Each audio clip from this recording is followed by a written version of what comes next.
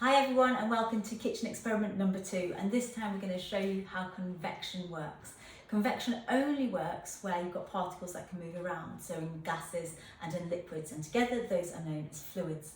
So to do this and to demonstrate it, I've got some ink and a paintbrush and a bowl of water, and I've been using my hob again and hopefully this time not setting anything on fire.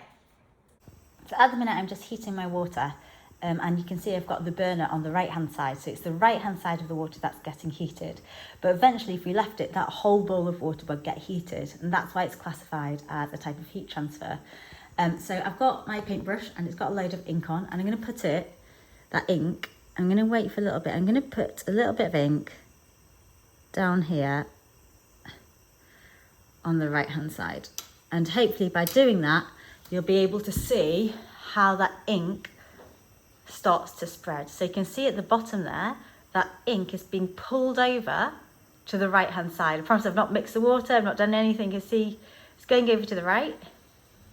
And as it gets to where the burner is, if you look at the bottom, we should, I hope, start seeing that ink going upwards. So it goes over to the right, starts to go up, and as it goes along the top, it goes towards the left, again in a sort of circular motion. So you can see now really clearly the bit that's underneath the burner rises as that bit of water gets heated. This is known as a convection current. You can see this in the liquid. This is also what happens in your room. So if you've got a radiator, then the air above the radiator gets heated.